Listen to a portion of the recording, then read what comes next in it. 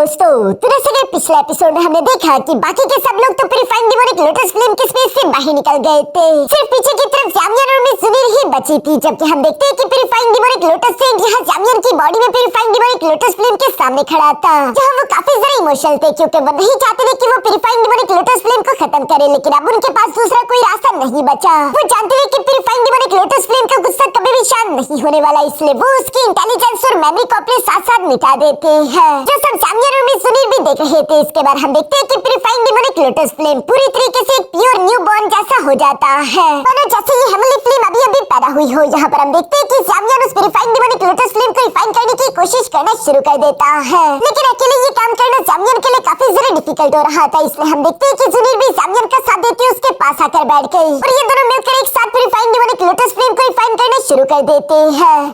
अब आगे तो नेक्स्ट एपिसोड की शुरुआत यहाँ एंशिएंट शी क्लैन की लोकेशन से शुरू होती है, जहाँ पर मास्टर याओ वान को आते ही काफी ज्यादा शॉक हो जाता है। उनके साथ यहाँ यान क्लैन के एल्डर हुआ याओ भी थे और साथ ही साथ ली क्लैन के एल्डर भी थे, जो तीनों ही अपने सामने का नजारा देखकर पूरी तरीके से शॉक रह गए थे। मास्टर यान वान को कहता है कि आखिर ऐसा कैसे हो सकता है, यहाँ पर तो शी क्लैन था ना। शी क्लैन अपनी लोकेशन से पूरी तरीके से गायब हो चुका है, इवन कि उनके क्लैन का एक मेंबर भी सर्वाइव नहीं कर पाया। ये तो बिल्कुल पिछली बार की तरह है जैसे कि लिंग क्लैन गायब हुआ था। आखिर ये सब चल क्या रहा है? 10 साल के अंदर तो एंशिएंट क्लैन पूरी तरीके से दुनिया से गायब हो गए और उनका कोई भी नामो निशान नहीं। पहली बार ये कोई इत्तेफाक हो सकता था, लेकिन अब ये कोई इत्तेफाक नहीं, कोई जानबूझकर एंशिएंट क्लैंस को टारगेट कर रहा है। इसी बात को लेकर मास्टर हुआ याओ और ली क्लैन का एल्डर भी परेशान हो रहा था, जहाँ पर ली क्लैन का एल्डर कहता है कि मुझे अभी वापस अपने क्लैन लीडर के पास जाना होगा ताकि मैं उन्हें इस बारे में रिपोर्ट कर सकूं। जिस पर याओ वान भाई जवाब देते हुए कहता है कि हाँ, हम लोगों को यहाँ ज्यादा देर नहीं रुकना चाहिए, और जैसे सिचुएशन चल रही है इस सिचुएशन में एक एंशिएंट क्लैन इस मुश्किल का मुकाबला नहीं कर पाएगा। हम तीनों को अलायंस बनानी होगी, सिर्फ हम तीनों ही एक दूसरे पर भरोसा कर सकते हैं। ये बोलते ही याओ वान भाई अपने पास से 3 स्क्रॉल निकाल लेता है, जिनमें से एक तो यान क्लैन के लीडर के पास जाएगा, दूसरा ली क्लैन के लीडर के पास और तीसरा याओ क्लैन के लीडर के पास। इसमें अलायंस की इनविटेशन थी, बाकी के 2 एल्डर्स भी इसके लिए मान गए, और हम देखते हैं कि ये तीनों वहाँ से चले जाते हैं। इसके बाद सीन शिफ्ट होकर दूसरी तरफ गु क्लैन पर आ जाता है, जो किसी बात को लेकर परेशान हो रहे थे कि आखिर शी क्लैन के साथ हुआ क्या होगा, वो अचानक से गायब कैसे हो गए। इन्हें बस सिर्फ इतना ही जानने को मिलता है कि शी क्लैन के गायब होने से पहले वहाँ के स्पेस को पूरी तरीके से सील कर दिया गया था ताकि कोई भी अंदर या फिर बाहर ना जा सके, और वो बिना किसी सुराग के पूरी तरीके से हवा में ही गायब हो गए। लेकिन आखिर ये सब चल क्या रहा है? पहले लिंग क्लैन था और अब शी क्लैन। एल्डर्स की ये बातें सुनकर गु क्लैन का लीडर सवाल करते हुए पूछता है कि क्या मुजरिम ने कोई भी सुराग पीछे नहीं छोड़ा? वो भी यहाँ पर ये सवाल कर ही रहे थे, तभी अचानक वहाँ पर किंग यांग भागते भागते आ जाता है, जो कि क्लैन लीडर को रिपोर्ट करते हुए बता रहा था कि याओ क्लैन, यान क्लैन और ली क्लैन तीनों ने मिलकर एक अलायंस क्रिएट कर ली है, ली क्लैन अलायंस, जिसमें हम लोगों को शामिल नहीं किया गया। ये सुनकर बाकी के एल्डर्स तो आपस में बातें करने लगे कि आखिर ऐसा कैसे हो सकता है, ज़ोंगज़ो की हिस्ट्री में पहले ऐसा कभी नहीं हुआ।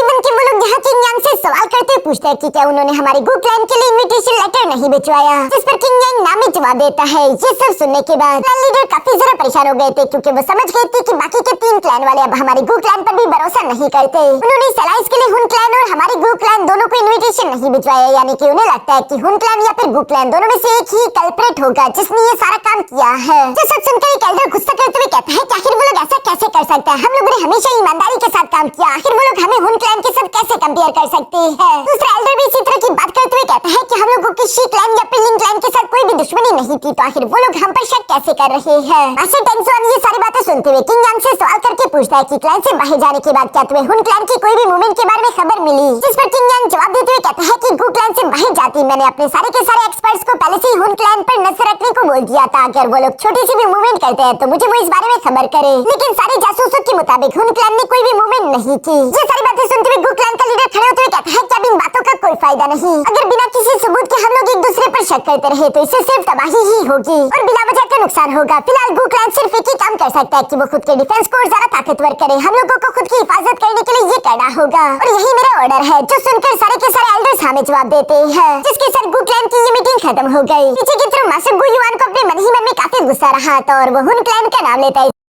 इसके बाद सीन शिफ्ट होकर दूसरी तरफ हॉल ऑफ सोल पर आ गया, जहाँ पर हम देखते हैं कि हुन मिशन अपने कुछ साथियों को डांटते हुए गुस्से के साथ कह रहा था कि तुम लोगों की हिम्मत कैसे हुई बेवकूफों, इस तरह की इम्प्योर सोल्स को इकट्ठा करने की, क्या तुम लोग सिर्फ नंबर्स पूरे कर रहे हो? जो बोलते हुए हुन मिशन गुस्से के साथ अपनी एनर्जी अनलीश करता है। उसके साथी तो काफी ज्यादा डरे हुए लग रहे थे। हुन मिशन गुस्से के साथ यहाँ हवा में space time track portal open करते हुए कहता है कि दफा हो जाओ यहाँ से। जो सुनते उसके साथी जवाब देते हुए कहते हैं कि यस मास्टर, और ये कहते वो फौरन से डर के मारे वहाँ से भागकर चले गए। असल में हुन मिशन को अपनी हार का गुस्सा था, और वो अपना गुस्सा इन लोगों पर निकाल रहा है। तभी अचानक हम देखते हैं कि हुनमी सिंह से मिलने के लिए हुन क्लैन का एक एल्डर भी वहाँ पर आ चुका था, जो कि 6 स्टार डोशिंग लेवल का कल्टिवेटर है और उसका नाम है हुन कियानमो। इससे देखते ही हुनमी सिंह सवाल करते हुए पूछता है कि हुन कियानमो आखिर तुम यहाँ पर क्या कर रहे हो। हुनमी सिंह का ऐसा सवाल सुनकर मास्टर कियानमो जवाब देते हुए कहता है कि लगता है कि पैलेस चीफ को काफी जरा गुस्सा आया हुआ है।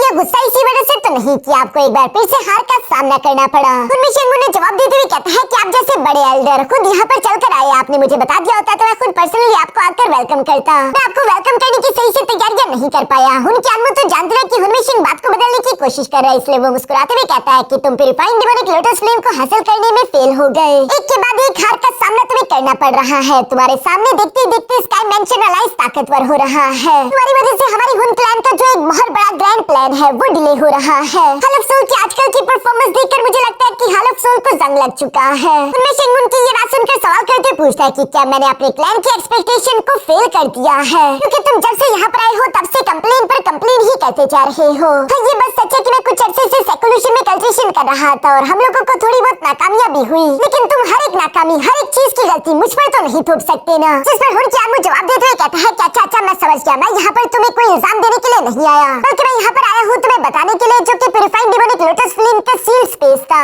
वो जिस रेगिस्तान में मौजूद है वहाँ पर हमें कुछ एनर्जी फ्लक्चुएशन महसूस हुई। ये सुनकर हुनमी सिंह जवाब देते हुए कहता है कि प्यूरिफाइंग डिमोनिक लोटस फ्लेम के स्पेस के अंदर से तुम्हें एनर्जी फ्लक्चुएशन महसूस हुई, जावियान वो अभी भी जिंदा है। जिस पर हुनमी सिंह को तो गुस्सा रहा था। दूसरी तरफ हुन कियानमो जवाब देते हुए कहता है कि फिलहाल के लिए कुछ कहा नहीं जा सकता, लेकिन अगर ये बात सच है कि प्यूरिफाइंग डिमोनिक लोटस फ्लेम के स्पेस के अंदर कोई सर्वाइव करके अभी भी जिंदा है और वो सही सलामत वहाँ से बाहर आ जाए, तो इसका सिर्फ एक ही मतलब बन सकता है। इस बात को हुनमी सिंह पूरा करते हुए कहता है कि इसका तो सिर्फ एक ही मतलब बनता है कि उस आदमी ने प्यूरिफाइंग डिमोनिक लोटस फ्लेम को हासिल कर लिया। जिस पर हुन कियानमो जवाब देते हुए कहता है कि हाँ, इतने पावरफुल एक्सपर्ट जिसके पास प्यूरिफाइंग डिमोनिक लोटस फ्लेम भी आ जाए और वो हमें अपोज करे, ये हमारे लिए बिल्कुल भी अच्छा नहीं। इसलिए मैं क्लैन की तरफ से तुम्हारे पास कुछ लेकर आया हूँ। और ये कहती वो अपने माथे के अंदर से केवल फ्लेम जैसी एनर्जी को निकाल लेता है, जिसे देखते ही हुनमी सिंह भी सरप्राइज होकर कहता है कि ये तो इस एनर्जी फ्लेम के बारे में अपनी बात को पूरा नहीं करता। दूसरी तरफ हुन कियानमो कहता है कि इससे पहले कि जावियान वापस आ जाए, जाओ स्काई मैंशन अलायंस को पूरी तरीके से मिटा दो। ये कहती वो इस ईवल फ्लेम को हुनमी सिंह की बॉडी के अंदर डाल देता है, जिसकी वजह से हुनमी सिंह की बॉडी से काफी खतरनाक एनर्जी निकल रही थी और वो यहाँ पर कहता है कि फिक्र मत करो, स्काई मैंशन अलायंस अब नहीं बचेगा।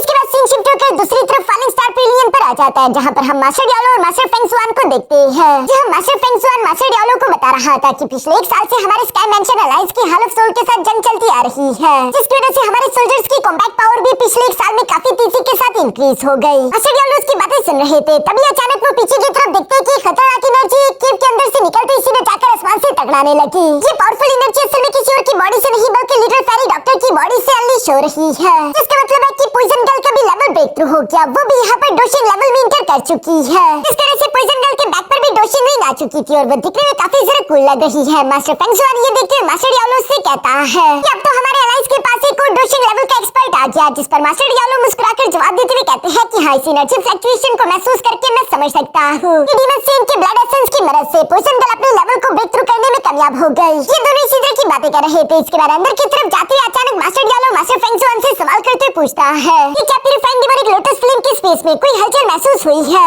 जिस पर मास्टर फेंगसुआन ना में जवाब देता है, लेकिन वो यहाँ साथ ही साथ मास्टर डियालो से कहता है कि आप फिक्रमंद ना हो। कुछ दिनों पहले ही जिया के मैसेंजर से मेरी बात हुई थी और उसने मुझे बताया कि उसका ड्रैगन सील अभी भी गुड कंडीशन में है। जिया का कहना था कि हमें फिक्र नहीं करनी चाहिए, जिस पर मास्टर डियालो बेशक उदास थे, लेकिन वो जवाब देते हुए कहते हैं कि अगर ड्रैगन सील अभी तक टूटा नहीं तो इसका मतलब जावियान को भी कुछ नहीं हुआ होगा, वो भी बिल्कुल ठीक होगा। यहाँ मास्टर डियालो अभी ये सब कह रहे थे, तभी अचानक उन्होंने हवा में कुछ एनर्जी फ्लक्चुएशन महसूस की। वो देखते हैं पीछे की तरफ कि अचानक से मौसम बदलने लगा, आसमान को इवन सोल एनर्जी कवर कर रही थी, जिसकी वजह से फॉलिंग स्टार पेविलियन के आसपास अंधेरा छा जाता है। ये देखकर फॉलिंग स्टार पेविलियन के सारे एल्डर्स भी फौरन से बाहर की तरफ आ गए थे और वो आसमान की तरफ देखते हुए कहते हैं कि आखिर ये क्या है, ये तो हॉल ऑफ सोल का काम लग रहा है। दूसरी तरफ मास्टर डियालो भी स्काई मैंशन अलायंस की मास्टर्स के साथ फौरन से बाहर की तरफ आ जाता है। जहाँ मास्टर डियालो ऊपर की तरफ देख रहे थे, तभी अचानक वहाँ आसमान में कुछ लिखा हुआ आ जाता है, क्योंकि हॉल ऑफ सोल से स्काई मैंशन अलायंस के साथ जंग का ऐलान था और ये जंग 3 दिन बाद होगी, जिसमें लिखा हुआ था कि हॉल ऑफ सोल की स्काई मैंशन अलायंस के साथ 3 दिन बाद फॉलन माउंटेन पीक पर एक आखिरी जंग होगी, जो कि किसी एक के मौत के साथ ही खत्म हो सकती है, यानी कि ये एक लाइफ एंड डेथ बैटल होगी। मास्टर फेंगसुआन तो ये पढ़कर हैरान होते हुए कहता है कि आखिर अचानक से हॉल ऑफ सोल ने इतनी जल्दी जंग को क्यों शुरू कर दिया,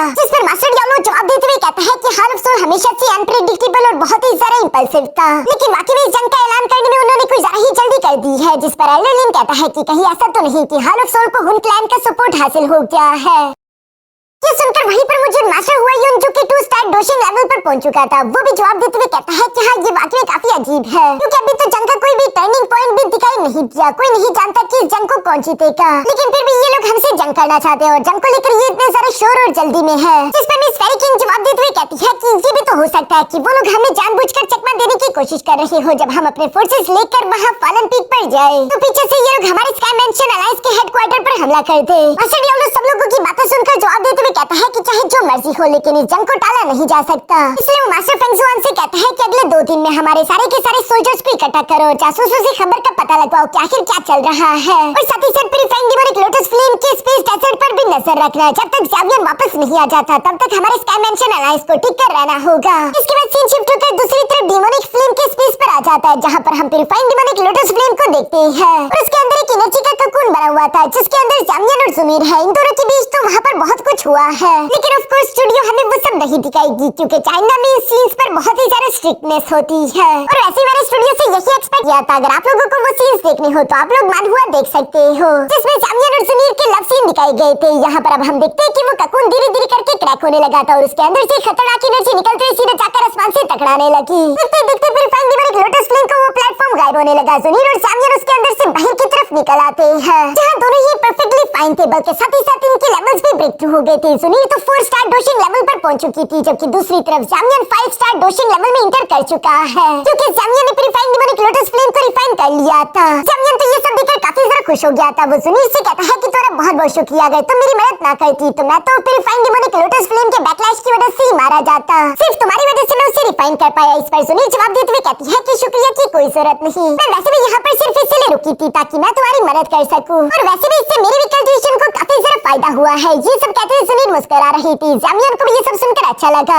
ज़मीर किसी भी बात से गुस्सा नहीं है, क्योंकि पिछली बार क्वीन मेडुसा तो ज़ावियन के पीछे हाथ धोकर पड़ चुकी थी। खैर उस बार का तो जबरदस्ती था, लेकिन इस बार का तो ज़मीर का खुद अपनी मर्जी से हुआ। अब ज़ावियन यहाँ पर कहता है चूंकि मैंने प्यूरिफाइंग डिमोनिक लोटस फ्लेम को रिफाइन कर लिया तो मैं उसे अपने बाकी के हेवनली फ्लेम के साथ मर्ज कर देता हूँ, जिससे ओवरऑल मेरी हेवनली फ्लेम काफी ज्यादा ताकतवर हो जाएगी। मगर जब ज़ावियन यहाँ पर ये करने की कोशिश करने लगा, वो कुछ हैंड साइंस बनाते हुए प्यूरिफाइंग डिमोनिक लोटस फ्लेम को बाहर की तरफ समन करने की कोशिश करता है, लेकिन वो ये देखकर पूरी तरीके से शॉक हो गया कि प्यूरिफाइंग डिमोनिक लोटस फ्लेम तो उसकी बॉडी में नहीं है। ज़मीर ज़ावियन से सवाल करते हुए पूछती है कि आखिर क्या हुआ, क्या सब कुछ ठीक है। इस पर ज़ावियन हैरानी के साथ जवाब देते हुए कहता है कि मैं नहीं जानता, सारे के सारे हेवनली फ्लेम अचानक मेरी बॉडी से गायब हो गए, मैं उनमें से किसी को भी सेंस नहीं कर पा रहा। ये कहते हुए ज़ावियन एक बार फिर से कुछ हैंड साइंस बनाते हुए यहाँ 5 रिंग फ्लेम एक्सपेलिंग टेक्निक को क्रिएट करने की कोशिश करता है, लेकिन ज़ावियन की बॉडी से जरा सी भी फ्लेम बाहर नहीं आ रही थी। इवन कि जब ज़ावियन ने एंग्री बुद्धा लोटस को भी क्रिएट करने की कोशिश की तो ज़ावियन की फ्लेम बाहर नहीं आ रही थी। ये सब देखकर ज़ावियन पूरी तरीके से हैरान था, उसे समझ नहीं आ रहा था कि आखिर उसकी बॉडी के साथ हो क्या रहा है। ज़ावियन तो थोड़ा सा परेशान हो गया था। अचानक से हम देखते हैं कि purifying demonic lotus flame activate हो गई, जो कि ज़ावियन की बॉडी को कवर करने लगी है। बॉडी जलने की वजह से ज़ावियन को काफी ज्यादा तकलीफ हो रही थी। ज़मीर तो ज़ावियन के पास आने लगी थी, लेकिन ज़ावियन उसे इशारा करते हुए कहता है कि प्लीज मुझसे जरा दूर हो जाओ, क्योंकि ज़ावियन ज़मीर को खतरे में नहीं डालना चाहता था। और इसी तकलीफ के साथ अचानक हम देखते हैं कि ज़ावियन के चिल्लाने के साथ ही सारे के सारे हेवनली फ्लेम उसकी बॉडी से निकलते हुए बाहर की तरफ आ गए। ये देखते ही ज़मीर ज़ावियन को फिर से संभाल लेती है। यहाँ पर ज़ावियन की बॉडी से टोटल 6 हेवनली फ्लेम बाहर निकले थे, जिनमें से एक तो ब्लू लोटस फ्लेम था, दूसरा फॉलन हार्ट फ्लेम, तीसरा 3000 बर्निंग फ्लेम, चौथा बोन चिलिंग फ्लेम था, पांचवा सी हार्ट फ्लेम और छठवां प्यूरिफाइंग डिमोनिक लोटस फ्लेम। ये 6 हेवनली फ्लेम ऊपर की तरफ प्यूरिफाइंग डिमोनिक लोटस फ्लेम की वजह से इकट्ठा हो रही थी, क्योंकि वो इनमें से सबसे ज्यादा सुपीरियर है। और इन हेवनली फ्लेम्स के एक साथ इकट्ठा होते ही हम देखते हैं कि अचानक से इन्होंने एक बेबी का शेप ले लिया था, जिसकी एनर्जी बहुत ही ज्यादा खतरनाक थी।